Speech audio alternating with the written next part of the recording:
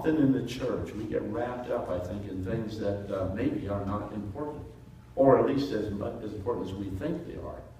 So Jason shares with us a reminder. It's entitled Paint on the Wall. There once was a church upon a hill where everything was fine until the paint inside, it was getting old and peeling in some spots, I'm told. The pastor called a business meeting, and after the preliminary meeting, the deacons cried, "Come one, come all! What color should we paint each wall?" They gathered in the sanctuary, each determined and contrary. Sister Gail said, "What do you think about a very chartreuse pink?" Brother Dave said to the crowd, "Isn't that a bit too loud? I prefer a subtle blue. It makes the walls look clean and new." 6 women rebuked, "We wanted gold. It seems much warmer. Blue's too cold." A man in the back began to bellow, "Yellow, yellow, yellow, yellow!" The pastor said, "I'm here more than all of you. I agree with Dave. The walls should be blue." From that point on, their voices grew stronger. Each emotional plea became longer and longer. Then, a voice of strong and stern love silenced the church as it spoke from above. You wonder why you can't hear my call?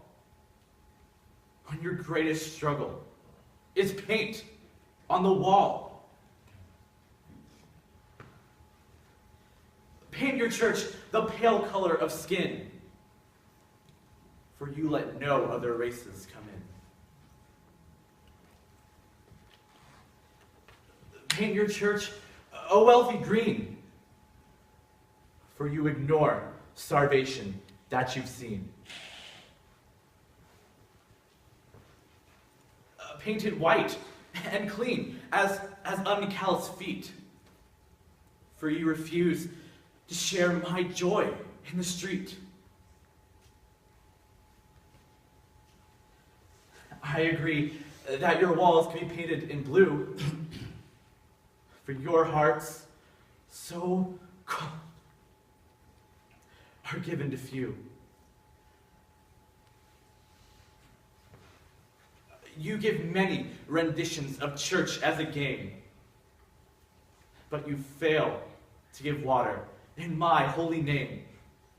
You pray using eloquent these and thous, and yet you forget about the heres and the nows. You struggle to be an earthly saint, but my love must not be covered in paint.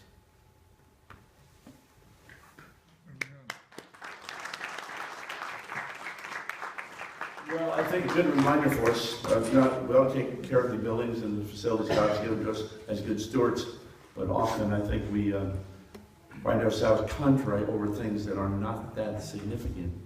A few years ago, the team was saying a song entitled Playing Games at the Foot of the Cross. And I think that's where we find ourselves often, playing games at the foot of the cross, instead of taking care of things that ought to be done and decently in order and getting along. You know, I've discovered that we all of us have an opinion about everything, and we think everybody else should have the same opinion, but it doesn't work that way. And we're all different, we're all unusual individuals that God is changing, and they're in the process of growing and maturing. So we ought to be careful and remind about the paint on the wall. Let's paint the walls. Let's take care of the building, but let's not let that become a contrary thing. You know, the people around us will remember the contrary thing far beyond the paint on the wall. And so be cautious about how we treat each other, how we respond, and how we serve the Lord in our place.